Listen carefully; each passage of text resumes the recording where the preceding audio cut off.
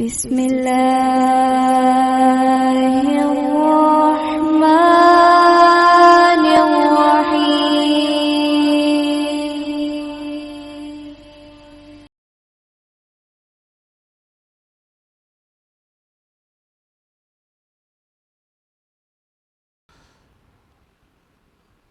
إن الحمد لله نحمده ونستعينه ونستغفره ونعوذ بالله من شرور أنفسنا ومن سيئات أعمالنا من يهده الله فلا مضل له ومن يضلل فلا هادي له وأشهد أن لا إله إلا الله وحده لا شريك له وأشهد أن محمدًا عبده ورسوله أما بعد فإن خير الحديث كتاب الله وخير الهدي هدي محمد صلى الله عليه وسلم وشر الأمور محدثاتها وكل محدثة بدعة وكل بدعة ضلالة وكل ضلالة في النار.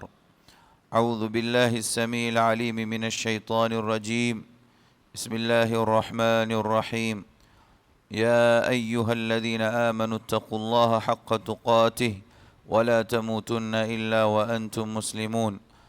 يا أيها الناس اتقوا ربكم الذي خلقكم من نفس واحدة وخلق منها زوجها وبث منهما رجالا كثيرا ونساء واتقوا الله الذي تساءلون به والأرحام إن الله كان عليكم رقيبا. يا أيها الذين آمنوا اتقوا الله وقولوا قولا سديدا يصلح لكم أعمالكم ويغفر لكم ذنوبكم ومن يطع الله ورسوله فقد فاز فوزا عظيما. وقال تعالى في مقام آخر: لقد كان لكم في رسول الله أسوة حسنة لمن كان يرجو الله واليوم الآخر وذكر الله كثيرا. وقال النبي صلى الله عليه وسلم: من أحب أن يتمثل له قياما فليتبوأ مقعده من النار. رب اشرح لي صدري ويسر لي أمري واحلل عقدة من لساني يفقه قولي. اللهم رب زدني علما. آمين. سبحانك لا علم لنا إلا ما علمتنا إنك أنت العليم الحكيم. برادران اسلام، حاضرین جمعہ، اسلامی اور دینی بھائیوں، ماں اور بہنوں، آج کے جمعے کا موضوع ہے ماہ ربیع الاول کے متعلق شرعی ہدایات۔ ربیع الاول کا مہینہ عربی مہینوں میں تیسرا مہینہ ہے۔ اس مہینے کی قرآن و سنت کے اندر کوئی بھی خاص فضیلت وارد نہیں ہے۔ اس اعتبار سے یہ مہینہ عام مہینوں کی طرح سے ہے، جس طرح سے ربیع الثانی، جمادی الاولی، جمادی الثانی، رجب، شعبان، شوال، ذی القعدہ وغیرہ وغیرہ دیگر جو مہینے ہیں ان کی طرح سے یہ بھی ایک اسلامی مہینہ ہے۔ جب یہ بات واضح ہو گئی کہ قرآن و سنت کے اندر ربیع الاول کے مہینے کی کوئی خاص فضیلت نہیں ہے، تو نبی اکرم صلی اللہ علیہ وسلم کی ولادت اسی مہینے کے اندر ہوئی اور آپ کی وفات بھی اسی مہینے کے اندر ہوئی۔ اس اعتبار سے بعض نادان، بعض جاہل اور جوہلا، غیروں کی تقلید کرنے والے، شرک و کفر اور بدعات اور خرافات کے اندر زندگی گزارنے والے یہ ثابت کرنا چاہتے ہیں چونکہ اللہ کے نبی صلی اللہ علیہ وسلم روئے زمین کی تمام انسانیت کے لیے سب سے بڑی نعمت ہے۔ اس نعمت کا اس مہینے کے اندر وجود ہونا، پیدا ہونا، یہ سب سے بڑی نعمت ملنے کی وجہ سے یہ مہینہ بھی افضل ہے۔ یہ بے وقوفی ہے، یہ جہالت ہے، یہ نادانی ہے، کیونکہ یہ مہینہ صرف امت محمدیہ کے ساتھ خاص نہیں، یہ مہینہ صرف امت محمدیہ ہی کو نہیں ملا۔ جس نبی کی شان میں، جس نبی کی ولادت پر دنیا جشن مناتی ہے، عید مناتی ہے، اس نبی کے دور میں نبوت کے بعد 23 مرتبہ آیا، اور آپ کے سچے جانثاروں کے دور میں سینکڑوں مرتبہ آیا، اور خیر القرون جس کے بارے میں نبی صلی اللہ علیہ وسلم نے گارنٹی دی، یہ بہترین دور ہے۔ یہ تینوں دور، صحابہ کا دور، تابعین کا دور، تبع تابعین کا دور، جس میں سینکڑوں مسلمان قرآن و سنت پر، منہج سلف پر قائم تھے، ان تمام کے دور میں ماہ ربیع الاول سینکڑوں مرتبہ آیا، مگر کسی نے اس کو فضیلت کی نگاہ سے نہیں دیکھا کہ اس مہینے میں ہمارے نبی کی ولادت ہوئی۔ جب یہ بات واضح ہو گئی کہ اللہ کے نبی صلی اللہ علیہ وسلم کی ولادت کی وجہ سے یہ مہینہ افضل نہیں ہے، تو اس مہینے کے تعلق سے موجودہ دور میں ہمارے مسلم بھائیوں میں، سماج کے اندر مسلمانوں کی سوسائٹی میں جو کچھ بھی ہو رہا ہے وہ غیر شرعی ہے، اور شریعت مجھے اور آپ کو ہدایت کرتی ہے ان تمام رسومات سے، ان تمام بدعات اور خرافات سے کلی طور پر اپنے آپ کو بچا کر رکھنا۔ اس لیے میں ایک جملہ آج کہنے جا رہا ہوں جو شاید اس سے پہلے نہ آپ نے کبھی سنا ہوگا، اور ہو سکتا ہے سنا ہو لیکن اسے آپ نے ایک نئے انداز سے سنا ہوگا۔ آج میں جو بات کہنے جا رہا ہوں بڑی قطعیت کے ساتھ، بڑے وثوق کے ساتھ، کہ یہ ماہ ربیع الاول میں جتنی چیزیں کی جاتی ہیں یہ صرف بدعات نہیں ہے، یہ صرف بدعات نہیں ہے، یہ عید میلاد النبی منانا یہ صرف بدعات نہیں ہے، بلکہ یہ کفریہ کام ہے، یہ شرکیہ کام ہے، یہ کفر ہے۔ اگر کوئی مسلمان ایک مسلمان ہونے کے نام پر، ایک کلمہ گو ہونے کے ساتھ اگر وہ عید میلاد النبی مناتا ہے تو صرف بدعت نہیں کرتا، وہ کفر کرتا ہے، کفریہ کام کرتا ہے، اور اس کی دلیل میں آگے کچھ ہی دیر میں انشاءاللہ آپ کے سامنے پیش کروں گا۔ محترم بھائیو، اس مہینے میں عید میلاد النبی کے نام پر جو جشن منایا جاتا ہے، اس کے نام پہ کیا کیا کیا جاتا ہے، اس کی لمبی تفصیل ہے، اس کے لیے وقت درکار ہے، اور اس کے اوپر گفتگو کرنا بیجا ہے۔ مجھے جو بات کہنی ہے وہ یہ، عید میلاد النبی کے ایک معنی کو سمجھ لیں کیا ہے، اور شریعت اس بارے میں مجھے اور آپ کو کیا ہدایت کرتی ہے، تاکہ خلاصہ واضح ہو جائے۔ عید کا مطلب جشن، خوشی۔ شریعت اسلامیہ نے تمام امت محمدیہ کو، مسلمانوں کو، حتیٰ کہ پیارے نبی سے لے کر کے اس امت کے آخری شخص تک سب کو یہ ہدایت کی ہے کہ صرف اسلام کے اندر دو عیدیں ہیں، عید الاضحیٰ اور عید الفطر۔ یہ دو خوشی کے دن ہیں، اس کے علاوہ اگر کوئی بھی عید منائی جا رہی ہے اس کا قرآن و سنت سے کوئی تعلق نہیں ہے۔ اس بات کو ہم اچھی طرح اپنے ذہن و دماغ میں بٹھا لیں۔ دوسرا جملہ میلاد۔ میلاد کا مطلب ولادت، میلاد کا مطلب ولادت، اور میلاد النبی کا مطلب نبی صلی اللہ علیہ وسلم کی ولادت کا دن۔ نبی صلی اللہ علیہ وسلم کی ولادت کا دن۔ اب ہم اس کے بارے میں سیرت نگاروں سے پوچھیں گے، معلوم کریں گے یہ ولادت کا، پیارے نبی صلی اللہ علیہ وسلم کی ولادت کا دن کون سا تھا۔ آپ ہمیں صحیح تحقیق کے مطابق بتائیں۔ میں بہت زیادہ تفصیلی گفتگو نہیں کروں گا۔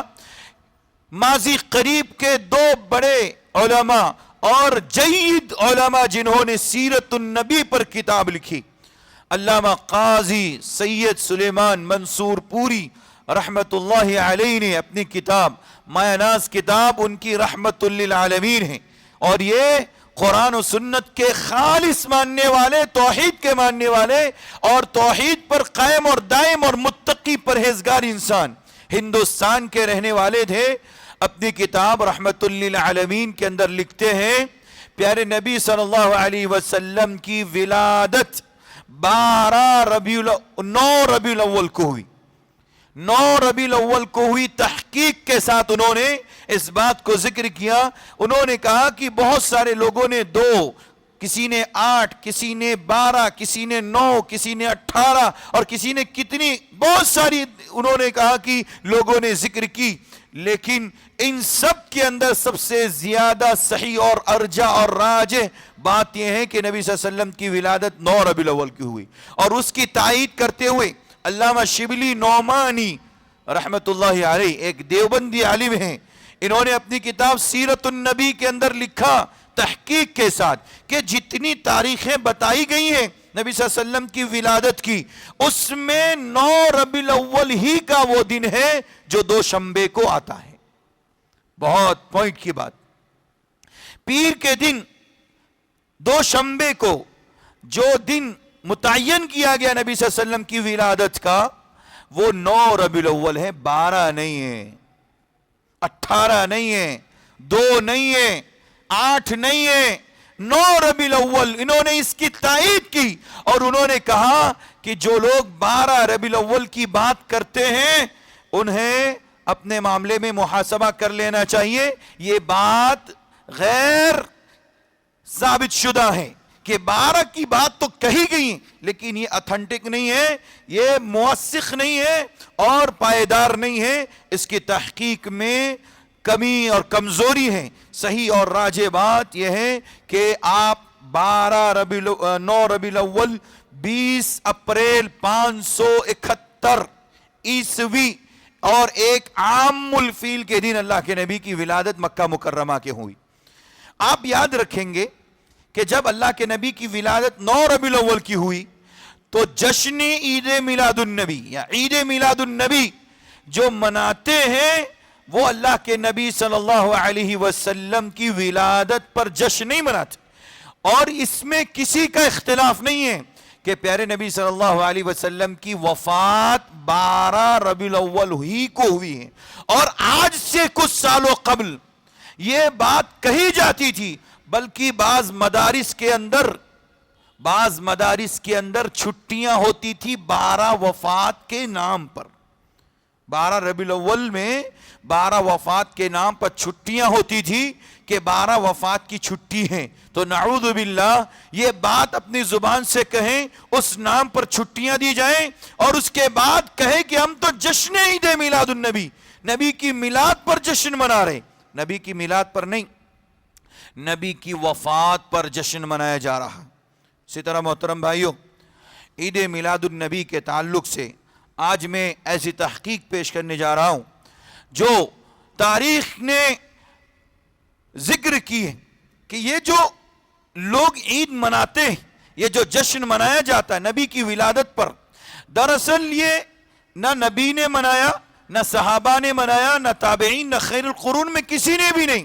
تو پھر یہ کہاں سے آیا اور کس نے منایا؟ آج اس کا خلاصہ ہونے جا رہا ہے. سب سے پہلے یہ بہت اچھی طرح سے غور سے سنیں اور اس کی بیخ گنی کریں، اس کا خاتمہ کریں کہ یہ بدعت نہیں، یہ کفر ہے. اس کی دلیل میں پیش کرنے جا رہا ہوں. یہ کفر ہے، یہ کفریہ کام ہے، یہ بدعت نہیں ہے. بدعت تو ایک انسان مسلمان ہونے کی حیثیت سے کر سکتا ہے کیونکہ اس کو علم نہیں اس بات کا، اس لیے وہ بدعت کر رہا ہے. لیکن کفر تک پہنچنا، ایک مسلمان ہو، مسلمان بھی ہو، کافر بھی بنے، ایسا ایک مسلمان کی زندگی میں ہونا بہت افسوسناک بات ہے. سنیے، سب سے پہلے عبید اللہ بن میمون القداح کی نسل سے فاطمی کہلانے والی سلطنت کے پہلے بادشاہ المعز لدین اللہ نے مصر کے پائے تخت قاہرہ میں 362 ہجری میں ایجاد کیا. عید میلاد النبی کب منایا جا رہا ہے؟ 362 ہجری میں. منانے والے کون ہیں؟ اس کی ایجاد کرنے والے کون ہیں؟ فاطمی لوگ ہیں. یہ فاطمی کون ہیں؟ حضرت فاطمہ رضی اللہ عنہا، جو اللہ کے نبی کی آخری بیٹی اور لخت جگر نور نظر. نبی صلی اللہ علیہ وسلم نے فرمایا کہ میری نسل انہی سے پوری دنیا کے اندر پھیلے گی. یہی حضرت فاطمہ رضی اللہ عنہا ہے، ان کی طرف نسبت کر کے یہ لوگ اپنے آپ کو فاطمی کہتے ہیں. یہ لوگ اپنے آپ کو فاطمی کہتے ہیں. اور یہ کہاں موجود تھے؟ مصر کے اندر قاہرہ، یہ ان کا پائے تخت دارالحکومت تھا. وہاں پر انہوں نے سب سے پہلے 362 ہجری کے اندر انہوں نے اس کو ایجاد کیا. اب آپ سے میں سوال کروں گا اور آپ بھی ان سے سوال کریں. ایسے لوگ جو مناتے ہیں عید میلاد النبی کہ اللہ کے نبی صلی اللہ علیہ وسلم کی وفات کے بعد 350 سال کے بعد یہ دنیا کے اندر وجود میں آئی، یہ عید پھر عید کیسے ہو سکتی ہے؟ یہ سنت کیسے ہو سکتی ہے جس کو اللہ کے نبی نے نہ منایا ہو، نہ صحابہ، نہ تابعین، نہ سلف نے، کسی نے نہ بنایا. وہ سنت کیسے ہو سکتی ہے؟ وہ عید کیسے ہو سکتی ہیں جس کو 350 سال کے بعد وجود میں لایا گیا ہو؟ تو سب سے پہلے 362 میں اس کا وجود ہوا. اس کے بعد سنیے، کہتے ہیں یہ حکمران جن کا میں نے تذکرہ کیا، فاطمی حکمران، اپنے آپ کو فاطمی کہتے تھے، لیکن در حقیقت یہ عبیدی ہیں. عبیدی کون؟ عبیدی کون ہے بھائی؟ یہی عبید اللہ بن میمون، اسی کے قبیل سے، اسی کی نسل سے. اس لیے وہ اپنے آپ کو عبیدی نہیں کہتے، فاطمی کہتے تھے، تاکہ ہم اپنے آپ کو اہل بیت میں شامل کریں. اور جب اہل بیت میں سے شامل کریں گے، شمار کریں گے، تو امت کے اندر اگر کوئی چیز پیش کریں گے دین کے طور پر تو دنیا فوری قبول کرے گی. عبیدی کہے گا تو کوئی قبول کرے گا؟ میں کہوں میں مولوی ہوں، مجھے کوئی قبول کرے گا؟ میری بات مانے گا؟ میں کہوں میں فاطمی، حضرت فاطمہ سے، حضرت علی کے خاندان سے تعلق رکھنے والا، لوگ فوراً سننے کے لیے تیار، سید ہوں، تیار ہو جائیں گے. انہوں نے ایسے دھوکہ دیا امت کو عید میلاد النبی کے نام پر.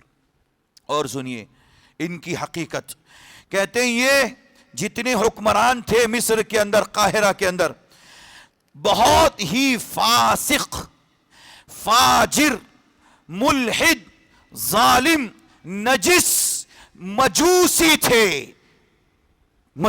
یہ میں نے اسی لیے کہا یہ بدعت نہیں ہے، یہ کفر ہے، یہ کفریہ کام ہے جو آج امت کے مسلمان انجان میں کر رہے ہیں. جان بوجھ کر کے بھی بات کر رہے ہیں، کچھ لوگ انجان میں کر رہے ہیں. یہ کفریہ کام ہے. کہتے ہیں یہ مجوسی تھے اور بظاہر رافضی شیعہ، اور باطن میں کافر تھے. اللہ اکبر.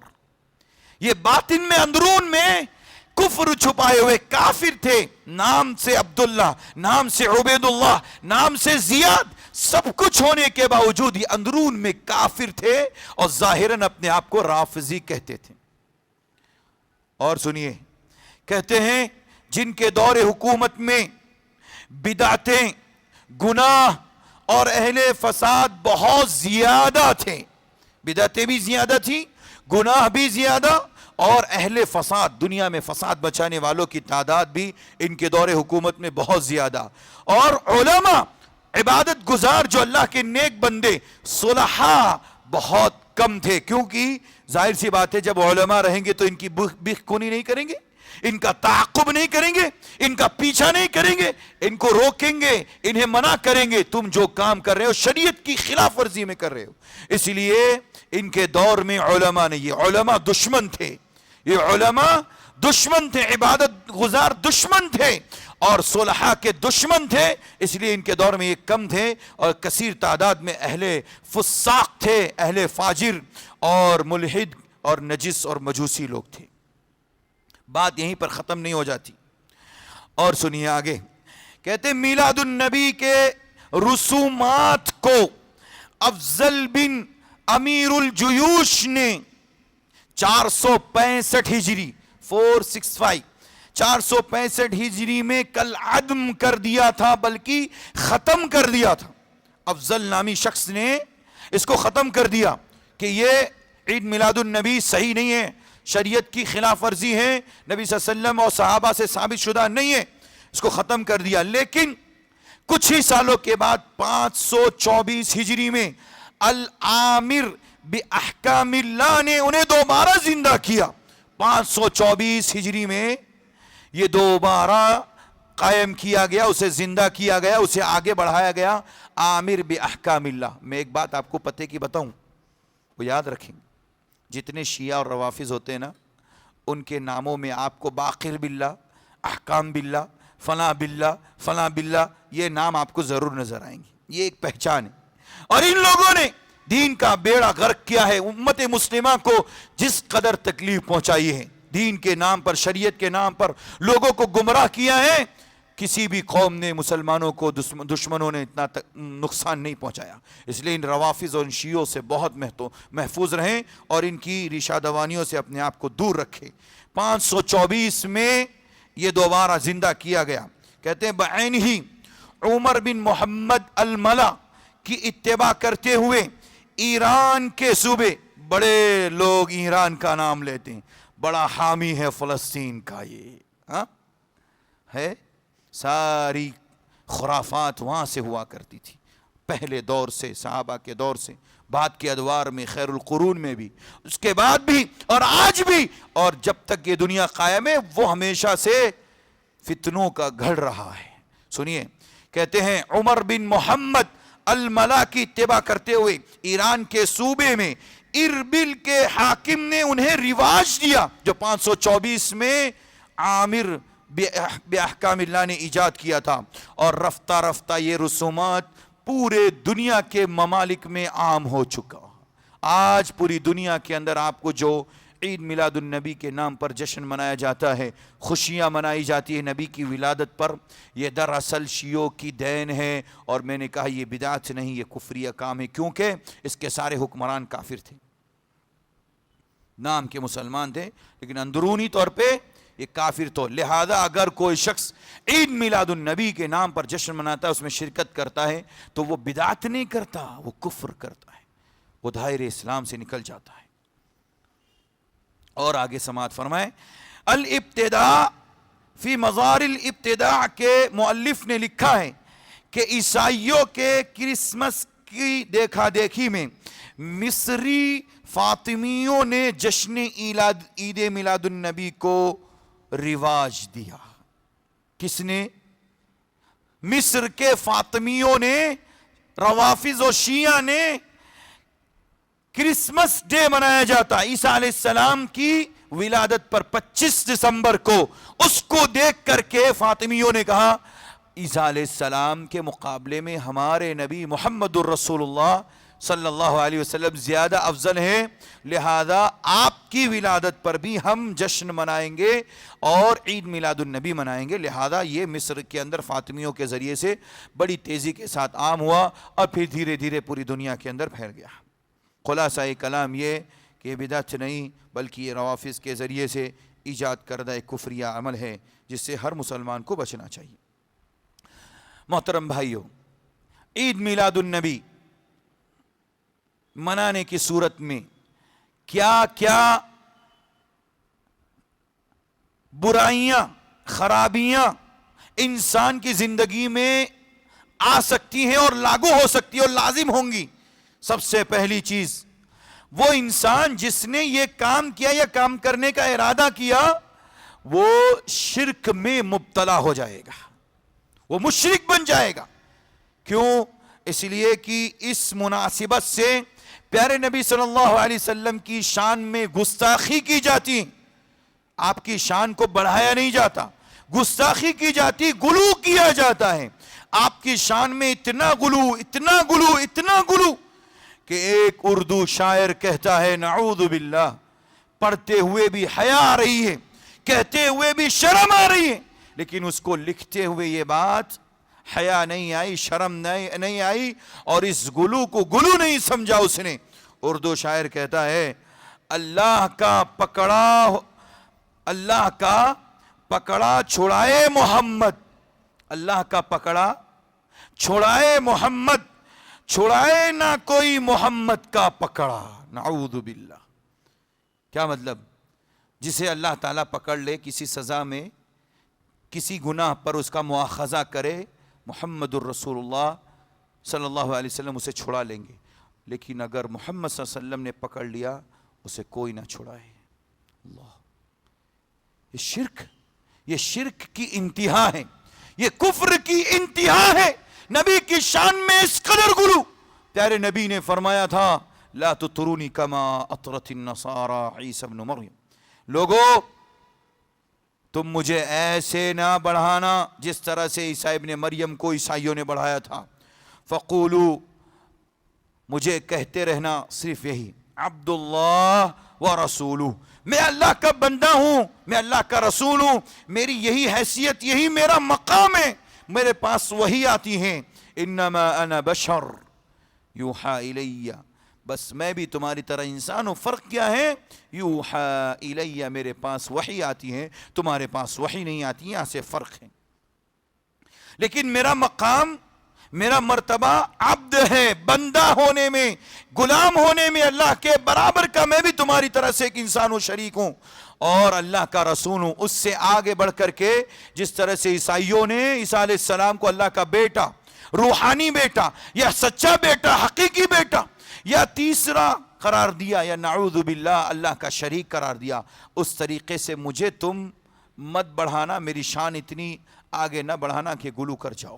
محترم بھائیوں، سب سے پہلی خرابی عید میلاد النبی کی مناسبت سے امت کے اندر جو پیدا ہوتی ہیں یا جو منانے والے لوگ ہیں ان کے ذریعے سے، وہ یہ کہ امت کے اندر وہ شرک کو عام کر رہے ہیں، غلو کو عام کر رہے ہیں، جبکہ شریعت نے کھلے لفظوں میں اس بات کی طرف رہنمائی فرمائی کہ یہ غلو پچھلی قوم کی ہلاکت کا سبب بنا ہے، پچھلی قومیں ہلاک ہو گئی، برباد ہو گئی ان کے غلو کی وجہ سے، ان کے صلحاء، ان کے نیک صالحین لوگوں کی شان میں غلو کی وجہ سے۔ جب نیک لوگوں کی شان میں غلو کی وجہ سے ہلاک ہو گئے تو اللہ کے نبی اور رسول ہیں، آپ کا مقام اور اونچا ہے، لوگ ان کی شان میں اور غلو کریں گے، جیسا کہ اس کی ایک مثال میں نے آپ کے سامنے رکھی، تو ان کا ہلاک ہونا یقینی ہے۔ اللہ تعالیٰ نے ایسے لوگوں کو برباد کرنے کا وعدہ کیا ہے۔ اسی طرح محترم بھائیوں، جو لوگ عید میلاد النبی مناتے ہیں ان کے ذریعے سے دوسری خرابی امت کے اندر عقیدے کی جو پیدا ہوتی ہے، سب سے بڑی خرابی وہ یہ کہ اللہ کے نبی صلی اللہ علیہ وسلم کو عالم الغیب مان لیا جاتا ہے، عالم الغیب مان کر کے اپنی محفلوں میں انہیں بلانے اور ظاہر ہونے کا عقیدہ رکھا جاتا ہے۔ لہذا ادب کے طور پر پیارے نبی صلی اللہ علیہ وسلم کی آمد پر کھڑے ہو کر کے الصلاۃ والسلام یا رسول اللہ، الصلاۃ والسلام یا نبی اللہ کہہ کر کے یہ ورد کرتے ہیں اور ثابت کرتے ہیں کہ نعوذ باللہ پیارے نبی صلی اللہ علیہ وسلم آ چکے ہیں، آپ عالم الغیب ہیں۔ قرآن نے اس کی شدید مذمت کرتے ہوئے کہا عالم الغیب فلا یظہر علی غیبہ احدا، اللہ تعالیٰ کے علاوہ کوئی بھی دنیا کے اندر یا پوری کائنات کے اندر عالم الغیب نہیں ہے، غیب کی کنجی صرف اللہ کے ہاتھ میں، وعنده مفاتیح الغیب لا يعلمها الا هو، اللہ کے علاوہ کوئی بھی غیب کی باتیں نہیں جانتا، حتیٰ کہ جبرائیل جو اللہ تبارک و تعالیٰ کی طرف سے اللہ کے رسولوں پر آیا کرتے تھے وہ آسمان میں رہتے، لیکن اللہ تبارک و تعالیٰ جو فیصلہ کرتا ان کو بتاتا، وہی آ کر کے بتاتے، ان کو بھی غیب کا علم نہیں۔ 5 چیزوں کا علم جو صرف اور صرف اللہ کو ہے۔ سورہ لقمان کی آخری آیت میں اللہ تبارک و تعالیٰ نے اس کی طرف اشارہ کیا۔ اس کے ذریعے سے شرعی ہدایت یہ ہے کہ جو بھی لوگ عید میلاد النبی مناتے ہیں انہیں اپنے عقیدے کی اصلاح کرنی چاہیے، ورنہ گمراہ ہو جائیں گے۔ گمراہ عقیدہ ان کے یہاں عالم الغیب کا پایا جاتا ہے نبی صلی اللہ علیہ وسلم کے تعلق سے۔ اسی طرح محترم بھائیوں، ایک اور عقیدہ، فاسد عقیدہ، نبی صلی اللہ علیہ وسلم کی شان میں غلو کرتے ہوئے یہ لوگ اتنے آگے بڑھ جاتے ہیں کہ اللہ کے نبی کو حاضر ناظر تصور کرنے لگتے ہیں، اور میں نے جیسا کہ بتایا کہ اپنی محفلوں میں کھڑے ہو کر کے ادب کے ساتھ سلام اور درود وغیرہ پڑھنا شروع کرتے ہیں۔ آپ جانتے ہیں شرعی ہدایت اس معاملے میں ہمیں اور آپ کو کیا ہے؟ پیارے نبی نے فرمایا صلی اللہ علیہ وسلم، اپنی زندگی میں پیارے نبی نے اپنی مسجد میں بیٹھ کر کے کبھی کسی صحابی کو یہ حکم نہیں دیا کہ میں جب آؤں تو تم اٹھ جاؤ، یا اگر کسی صحابی کو دیکھا کہ آپ آ رہے ہیں اور وہ اٹھنے کی کوشش کر رہے، بیٹھ جاؤ، سختی کے ساتھ منع کرتے تھے۔ اور آپ کی نصیحت، معاویہ رضی اللہ عنہ کہتے ہیں، عبداللہ ابن عامر، عبداللہ ابن زبیر رضی اللہ عنہ ایک گھر میں بیٹھے ہوئے تھے.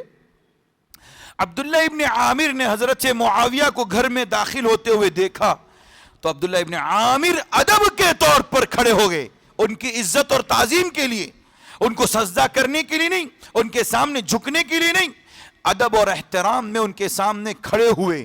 عبداللہ ابن زبیر بیٹھے رہے, ان کو معلوم تھا کہ ہمارے نبی کی نصیحت یہ ہے کوئی بھی آئے دنیا کا انسان ان کی آمد پر کھڑا ہونا یہ بہت بڑا گناہ ہے. چنانچہ معاویہ رضی اللہ عنہ نے نصیحت کی, کہا سمعت رسول اللہ صلی اللہ علیہ وسلم, میں نے پیارے نبی صلی اللہ علیہ وسلم کو فرماتے ہوئے سنا, من احب, سلسلہ صحیحہ کی یہ روایت ہے, اور اسی طرح ابو داؤد 5229 حدیث نمبر ہے, صحیح حدیث ہے.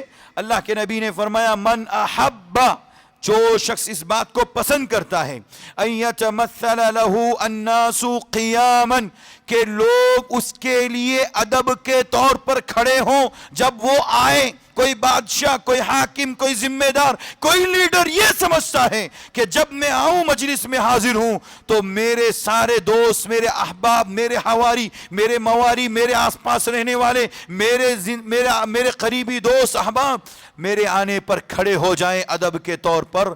فَلْيَتَبَوَّأْ مَقْعَدَهُ مِنَ النَّارِ, ایسے لوگوں کو اپنا ٹھکانہ جہنم میں پکا کر لینا چاہیے.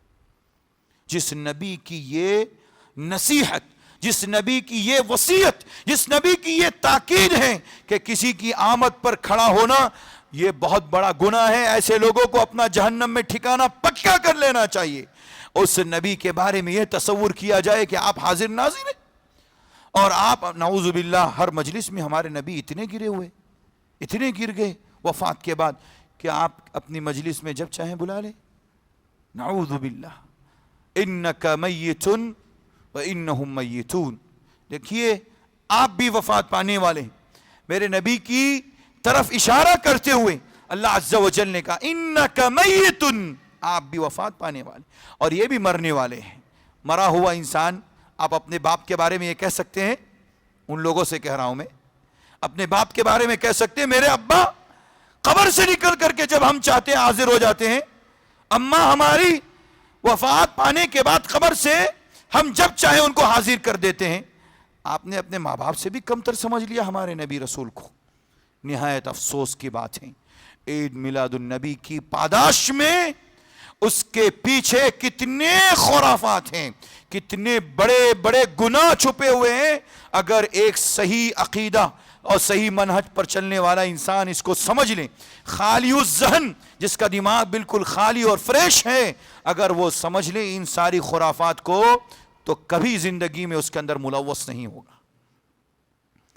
اسی طرح محترم بھائیو, کسی کی پیدائش پر, کسی کی برتھ ڈے پر, جنم دیوس پر, ہندی میں بولتے ہیں,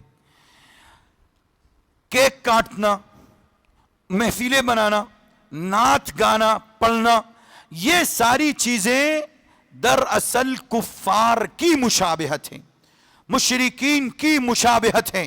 آپ نے, ہم نے دیکھا ہوگا برتھ ڈے کون مناتا بھائی, کون مناتا بتاؤ سے؟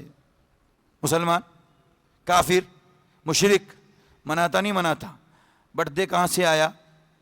اپنی ولادت, اپنے بچے کی ولادت پر جشن منانے کا معاملہ کہاں سے آیا مسلمانوں میں؟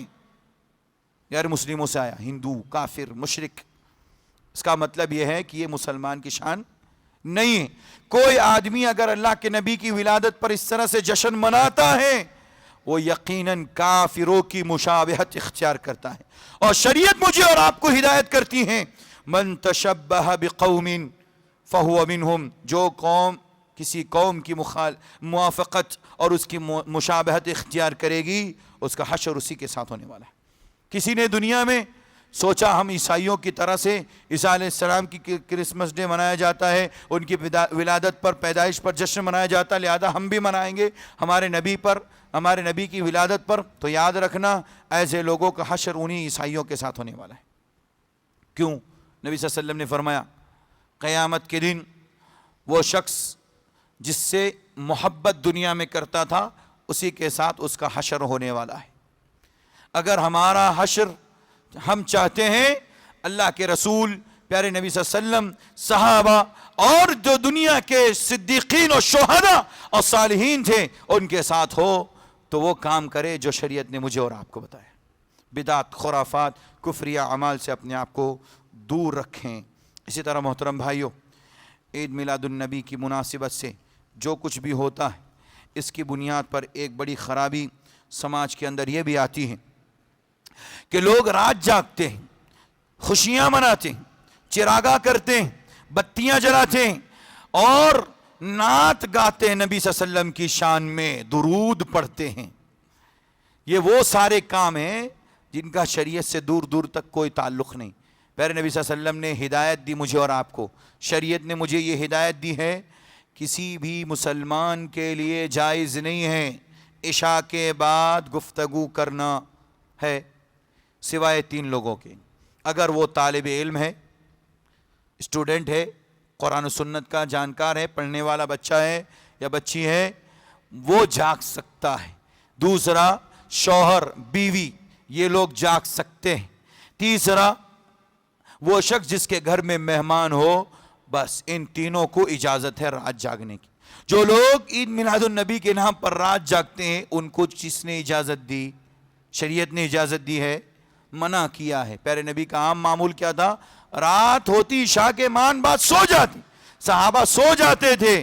ہماری طرح سے رات جاگنے والے نہیں. تو شریعت مجھے اور آپ کو یہ ہدایت کرتی ہے کہ یہ عمل بدعت ہے، خرافات ہے، نبی کی سنت کی مخالفت ہے، شریعت کی مخالفت ہے. اسی طرح محترم بھائیوں، چراغاں کرنا اگر ہوتا تو پیارے نبی جاتے جاتے کہہ جاتے میری قبر تمہارے لیے سب سے افضل ہے، میری قبر پر چراغاں کرنا. کوئی مائکہ لال بتا دے ایک حدیث رسول کو، ایک اثر کو، ایک خبر کو کہ اللہ کے نبی نے یہ بات کہی ہو کہ میری قبر کے اوپر چراغاں کرنا. یہ تو اللہ کا فضل اور احسان ہے. یہ پیارے نبی صلی اللہ علیہ وسلم کی قبر سعودی عرب کے اندر اسلامی حکومت میں اہل توحید کے پاس ہے، ورنہ آج دوسری جگہ ہوتی تو پکا یہ بناتے. اللہ کی یہ مصلحت، اللہ کی یہ نصرت اور مدد ہے امت محمدیہ پر. اللہ نے جہاں سے شرک و بدعات اور خرافات کے 4 دروازے کھل سکتے تھے اس کو ہمیشہ کے لیے بند کر دیا. اور اللہ کے نبی نے تاکید کی تھی میری قبر کو وَسَنَن يُعْبَدْ، ایسی جگہ نہ بنانا کہ جہاں عبادت کی جاتی ہو، منع کیا اللہ کے نبی. اسی طرح محترم بھائیوں، نعت گاتے ہیں، شرکیہ کلمات اللہ کے نبی کی شان میں پکارے جاتے ہیں. حسان بن ثابت رضی اللہ عنہ جیسا کوئی شاعر دنیا میں پیدا ہوا، عربی جاننے والے، پیارے نبی صلی اللہ علیہ وسلم کی طرف سے کافروں کی ہجو کرنے والے، ان کو اشعار کے ذریعے سے ہرا دیتے تھے، ان کافروں کی ہجو کرتے تھے، ان کی اینٹ بجا دیتے. وہی حسان بن ثابت رضی اللہ عنہ پیارے نبی کی ولادت پر خاموش ہے. کیا ان کو اس بات کی عقل اور سمجھ نہیں تھی کہ میرے نبی کی ولادت بہت اہم ہے؟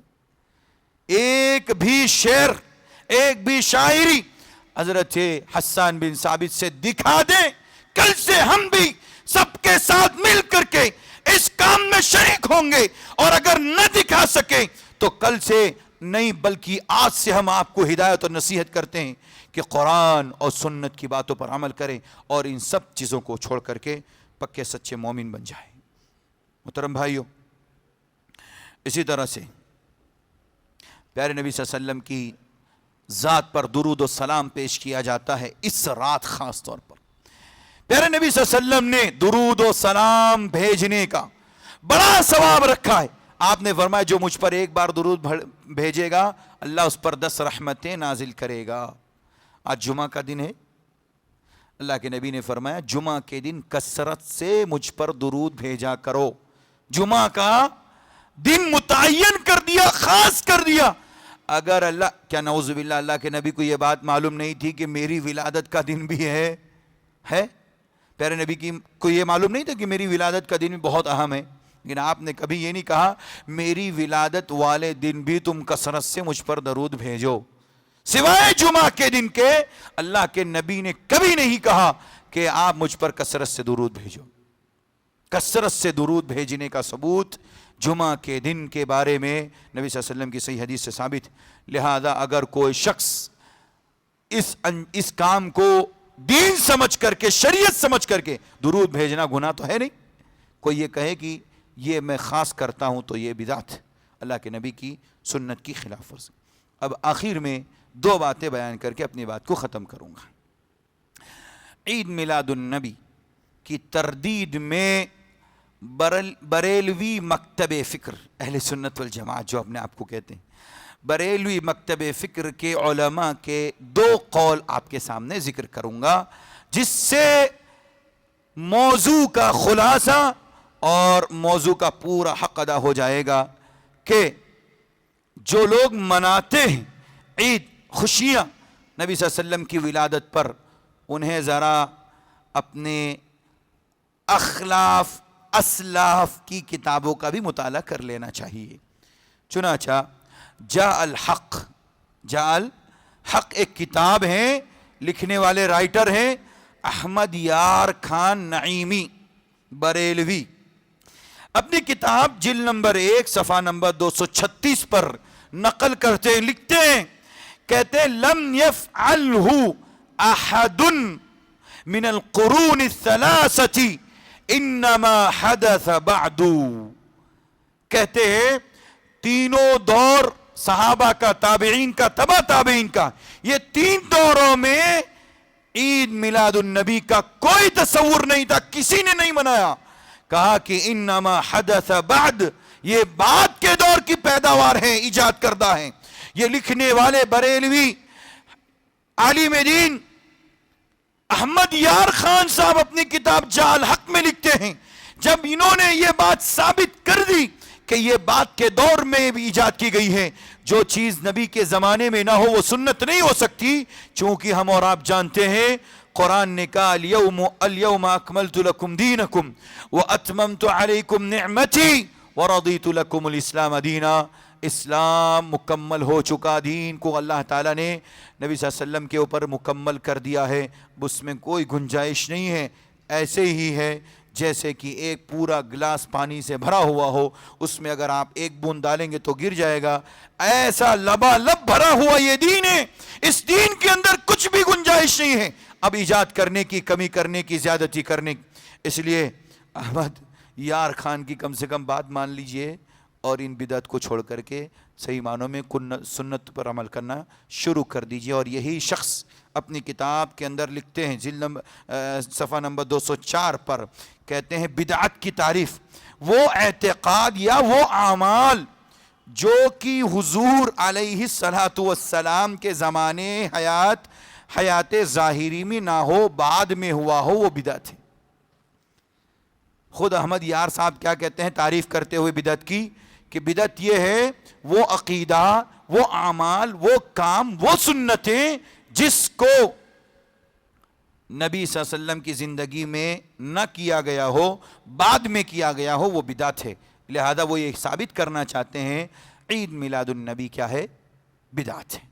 لہذا اپنے مکتب فکر کی علماء کی بات مان کر کے ان سب برائیوں سے، بے حیائیوں سے، گناہ کے کاموں سے، نافرمانی کے کاموں سے، شرک سے، بدعات سے، کفریہ کام سے اپنے آپ کو بچا کر کے رکھیے. اللہ سے دعا ہے اللہ ہم سب کو عمل کی توفیق عطا فرمائے. جو باتیں سنی ہیں اللہ تعالی ہمیں اس پر کما حقہ عمل کی توفیق عطا فرمائے. امت کے ان لوگوں تک پہنچانے کی توفیق عطا فرمائے جو لوگ اس میں ملوث ہیں. اللہ تعالی سب کو ہدایت نصیب فرمائے. اللہ تعالی سے دعا کریں اللہ جو پریشان ہیں ان کی پریشانیوں کو دور فرما، جو بیمار ہے اللہ ان کی بیماریوں میں شفا کلی نصیب فرما. ہمارے والدین کی حفاظت فرما، جن کے والدین اس دنیا سے چلے گئے اللہ ان کو کروٹ کروٹ چین و سکون نصیب فرما. جنت الفردوس میں اعلیٰ مقام عطا فرما. ہمارے اساتذہ کی حفاظت فرما، ان کی علم، عمر میں، روزی میں، عمل میں برکت عطا فرما.